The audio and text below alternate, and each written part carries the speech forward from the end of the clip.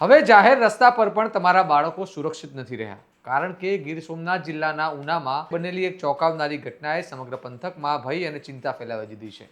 વહેલી સવારે શાળાએ જતી એક નાનકડી બાળકીનું અપહરણ કરવાનો પ્રયાસ થયો અને આ આખી ઘટના સીસીટીવી કેમેરામાં કેદ થઈ ગઈ.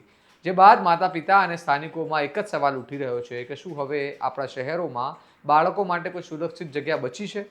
આ વિગતે વાત કરીએ આ ગંભીર ઘટનાની આ અહેવાલમાં. નમસ્કાર, હું ચિરાગ વર્ષાબેન, આપ જોઈ રહ્યા છો સ્વમાન. આજે સવારે 7 વાગ્યાની આસપાસ એક બાળકી શાળાએ જવા માટે રસ્તા પરથી પસાર થઈ રહી હતી, ત્યારે એક અજાણ્યા વ્યક્તિએ તેને પકડી અપહરણ કરવાનો પ્રયાસ કર્યો. બાળકી દ્વારા જોરથી બૂમાબૂમ કરતા આજુબાજુના લોકો ભેગા થવાની આશંકાથી આરોપી બાળકીને છોડીને ત્યાંથી ફરાર થઈ ગયો અને આ રીતે બાળકીનો બચાવ થયો. પરંતુ જે રીતે આ ઘટના સામેના સીસીટીવી કેમેરામાં કેદ થઈ છે તે જોઈને સમગ્ર પંથકમાં ભયનો માહોલ પ્રસરી ગયો છે અને લોકોમાં અસુરક્ષાની લાગણી ઘેરાઈ રહી છે. ઘટનાની જાણ થતાં જ ઉના પોલીસ હરકતમાં આવી ગઈ છે.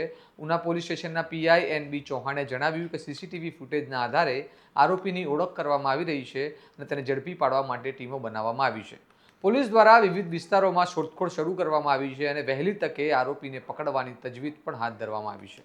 પરંતુ સ્થાનિકોમાં એક સવાલ સતત ઉઠી રહ્યો છે કે જો આ બાળકીએ બૂમાબૂમ ન કરી હોત તો શું બન્યું હોત?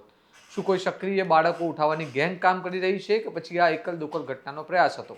આ તમામ પ્રશ્નોના જવાબ હવે પોલીસ તપાસ બાદ જ સામે આવશે.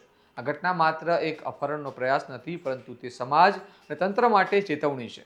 કારણ કે છેલ્લા કેટલાય સમયથી રાજ્યભરમાં સગીરાઓ સાથે દુષ્કર્મ અને અત્યાચારની ઘટનાઓ સામે આવી રહી છે અને હવે જાહેર રસ્તા પર શાળાએ જતી બાળકી પણ અસલામત અનુભવતી હોય તો કાયદો અને વ્યવસ્થાની સ્થિતિ પર ગંભીર સવાલો ઊભા થાય છે. શું ઉનામાં લોકોમાં પોલીસ અને કાયદાનો ડર જ નથી? શું શહેરમાં પેટ્રોલિંગ અને સુરક્ષા વ્યવસ્થા પૂરતી છે કે માત્ર ઘટના બાદ જ તંત્ર દોડતું થાય છે? આવા સવાલો આજે દરેક માતા પિતાના મનમાં છે.